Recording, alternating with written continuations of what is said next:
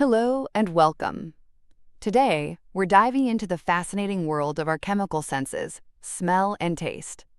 These aren't just about enjoying food.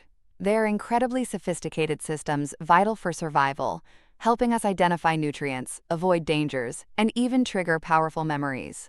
Let's start with smell, or olfaction. It begins when tiny volatile molecules, called odorants, drift into our nose.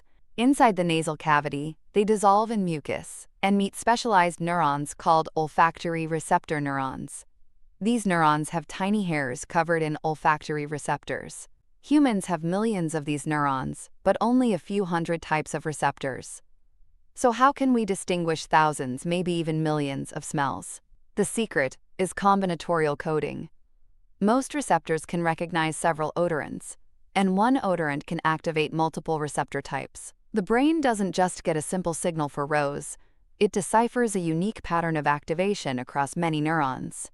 This pattern is the smell's signature, sent to the olfactory bulb and then to brain areas linked with memory and emotion. Now, let's move to taste, or gustation. This sense detects molecules dissolved in our saliva using taste buds on our tongue. We typically talk about sweet, sour, salty, and bitter, but science confirms a fifth taste, umami or savory, and evidence is growing for a sixth sense for fats. The mechanics differ for each taste. Salty tastes work when sodium ions directly enter taste cells through channels. Sour tastes involve hydrogen ions from acids affecting other ion channels. But sweet, bitter, and umami rely on specialized proteins called G-protein-coupled receptors, or GPCRs, similar in concept to some olfactory receptors.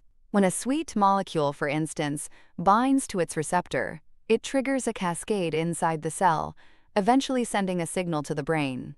But what we often call flavor isn't just taste. It's a fusion, primarily of taste and smell. As we chew, volatile compounds travel from the back of our throat up to the olfactory system. This is called retronasal olfaction. This combination creates the rich experience we know as flavor. Inspired by this biology, scientists have developed electronic noses and electronic tongues. These devices don't replicate biology exactly, but they mimic the core principle of pattern recognition. They use an array of sensors, each with slightly different sensitivities. No single sensor is perfect, but the combined pattern of responses across the array creates a unique fingerprint for a smell or taste profile.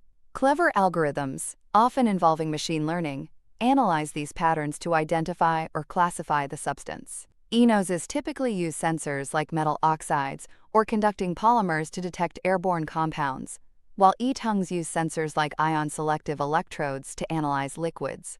Research is constantly improving these artificial senses. We're seeing bioelectronic sensors that incorporate actual biological components, like receptors, for better specificity. Artificial intelligence helps interpret the sensor data more accurately, and nanotechnology is creating new, highly sensitive sensor materials. The potential applications are vast. In the food industry, these devices check quality, detect spoilage, and verify origins. They can monitor environmental pollutants or water quality. In medicine, they might analyze breath for disease markers, an area boosted by research into smell loss from COVID-19. They are used in pharmaceuticals, and increasingly, they give robots enhanced sensory abilities.